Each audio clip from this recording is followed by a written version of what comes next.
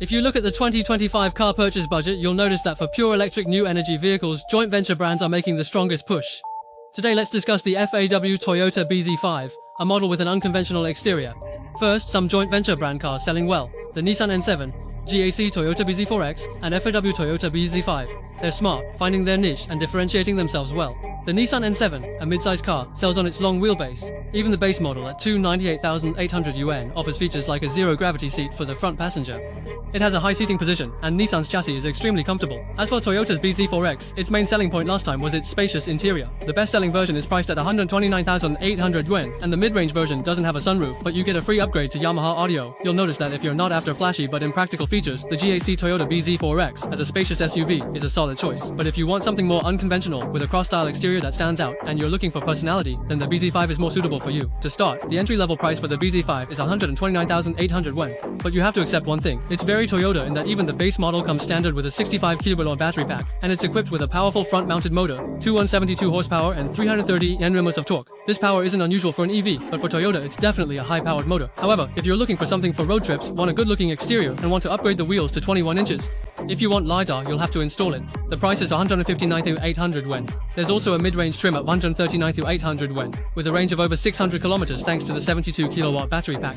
However, the price jumps, so I don't recommend it. So you'll find that choosing a bZ5 is straightforward. Either go for the base model with 19-inch wheels. It has full-speed adaptive cruise control, standard. The front seats are heated, and the smart features are the same. Toyota classifies it as a mid-size SUV, and I want to emphasize, it's quite unconventional. I've always thought of it as a cross version of a sedan or maybe a hatchback or even a high-riding wagon. But officially it's classified as a mid-size SUV. The wheelbase is 2,180mm, so the interior space is actually pretty good. Alright, let's move on to the interior, which I'm sure a lot of people will have opinions about. There are two things people tend to complain about. One is that there's no turn signal stalk inside. The turn signal is actually over here. How should I put it? When I had this car as a test drive for a couple of days, I honestly never got used to it, even after 2 full days. Yeah, it's definitely unique, but once you do get used to it, driving other cars can actually feel a bit awkward. This one here is for flashing the high beams, and this one is for the wipers. Yeah, this is the wiper control. It's actually pretty interesting.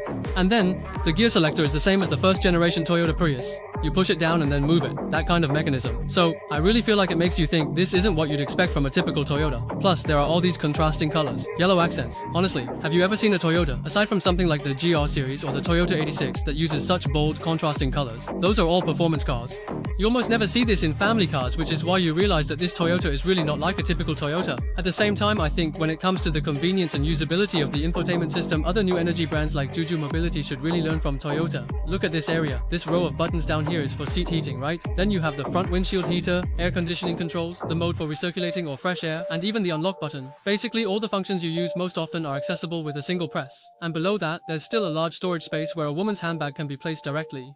So I feel that the entire center console and interior are really bold and unconventional, and they've used a lot of soft touch materials. Keep in mind, this is a Toyota L. If you look back 5 or 8 years at models in this price range, like the Corolla, there's no way they'd give you soft touch materials or leather seats. That would be crazy. You'd only get fabric and some synthetic leather at best. Even getting those would be considered generous, right? But this car not only has soft touch materials, it also comes with ambient lighting. So I think this Toyota bZ5 has made a lot of compromises for the domestic market. At the same time, a mid-size SUV has to feel like an SUV, especially in the rear seats. The ride experience should be that of an SUV.